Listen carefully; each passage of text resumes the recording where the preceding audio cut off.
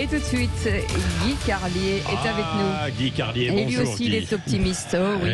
Bonjour Cécile, Heureusement. je n'imiterai pas le bruit de la voiture électrique. Quoi? Bonjour à tous. Il nous l'a survendu, il a fait un teasing de malade. La France Oui. entière vous attend. Monsieur le Vroom Écoutez, Vroom, je c'est m'entraînerai, facile. j'essaierai demain. Bon, vous vouliez revenir sur les festivités du jubilé de la reine d'Angleterre qui se sont déroulées le week-end dernier, hein, Guy. Oui, c'est vrai. A priori, j'avais aucune raison moi, de m'intéresser à cet événement qui, pour moi d'ailleurs, n'en était pas un, tant il est de bon ton de mépriser la monarchie anglaise, ou mieux d'en rire, de se moquer de la Queen, de son anachronisme, de ce protocole désuet, de ce carrosse d'or qu'on sort dans les grandes occasions, de ses chapeaux, de ses robes surréalistes, de son âge, de cette course contre la montre, contre la mort qui l'oppose à Michel Drucker. Mais le week-end dernier, au hasard d'un zapping, dans un moment d'ennui, je suis tombé sur la retransmission donc des festivités du jubilé marquant les 70 ans de règne de la reine d'Angleterre. Alors, ça partait mal. Sur TF1, Denis Brognard accumulait les clichés. On l'avait coiffé d'un chapeau de forme qui le rendait ridicule. On l'avait installé sur un bus à impérial, collé un pudding à la main aux côtés d'un corgi, d'un joueur de cornemuse, de 4 types censés imiter les Beatles.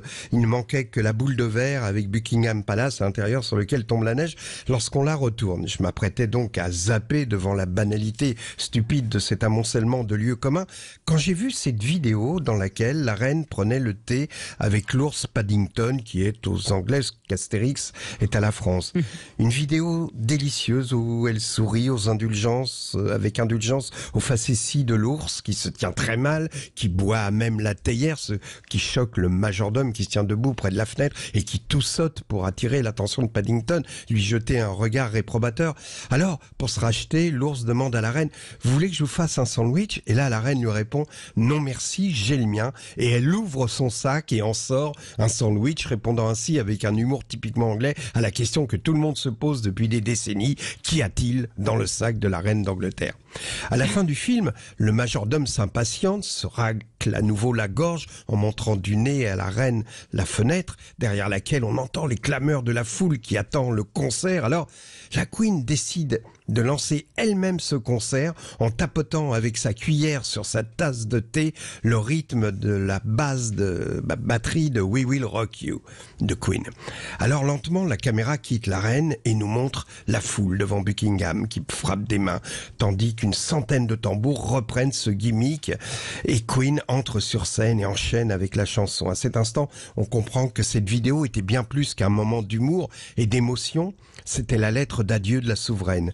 Dans la journée, elle avait fait une apparition surprise au balcon de Buckingham. Elle portait une incroyable robe vert fluo et pourtant, avec elle, ce n'était pas choquant. Alors que quand Roselyne Bachelot porte une robe semblable, on pense immédiatement au bonhomme CTLM. Alors on imagine l'effort que cette présence au balcon représentait pour cette presque centenaire et qu'ensuite, elle fit excuser son absence par un communiqué évoquant, je cite entre guillemets, un certain inconfort. Tout le monde a compris que ce certain inconfort était une politesse pour parler de la mort qui rôdait déjà dans les couloirs de Buckingham.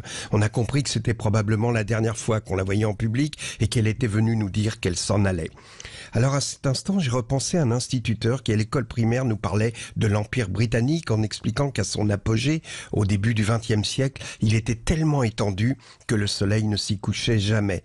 Alors quand le prince Charles a lu un message qui disait « Votre Majesté, maman, merci d'avoir été là pour nous pendant 70 ans. À cet instant, nous avions les larmes aux yeux, nous étions tous les enfants de la reine, mais nous savions que sur cet empire de joie partagée et d'émotion, le soleil ne se coucherait jamais. »